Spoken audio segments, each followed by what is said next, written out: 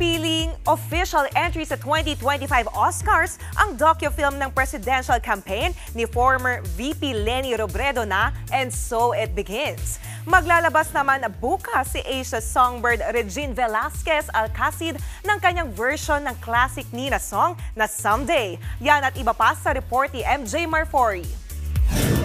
Reginians, this is it! Tapos na at ready nang i-release ang much-awaited album ni Asia songbird Regine Velasquez Alcacid na Reginified. Yan ang update sa News 5 ni Ate Reg matapos madelay ang album dahil sa scheduling conflict. We decided to gawin ng recording kasi madami na pala yung mga binibigyan ko ng version ng mga songs, mga covers.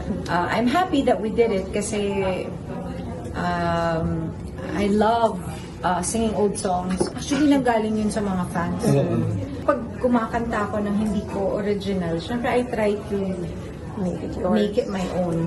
And apparently, natutuwa din naman sila. 12 kanta ang lalamanin ng Reginified. Target mailabas ang album later this year.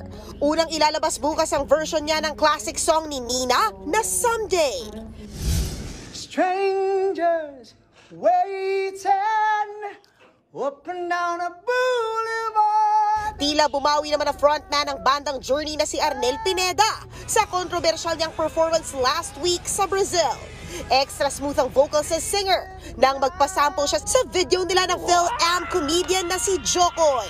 Kasunod niyan, nagpasalamat si Arnel sa IG sa buhos ng suporta sa kanya. Matatanda ang hindi naabot ni Arnel ang ilang high notes ng kantang Don't Stop Believin' sa isang music festival na labis niyang ikinadismaya. Panalo na natin ang sambayan ng Pilipino! Napili naman ang documentary film na And So It Begins bilang official entry ng Pilipinas sa 97th Academy Awards o Oscars. Nanay ako, hindi lang ng 3 anak ko, kundi ng buong bansa. Ayon sa Film Academy of the Philippines, ilalaban ito sa kategoryang Best International Feature.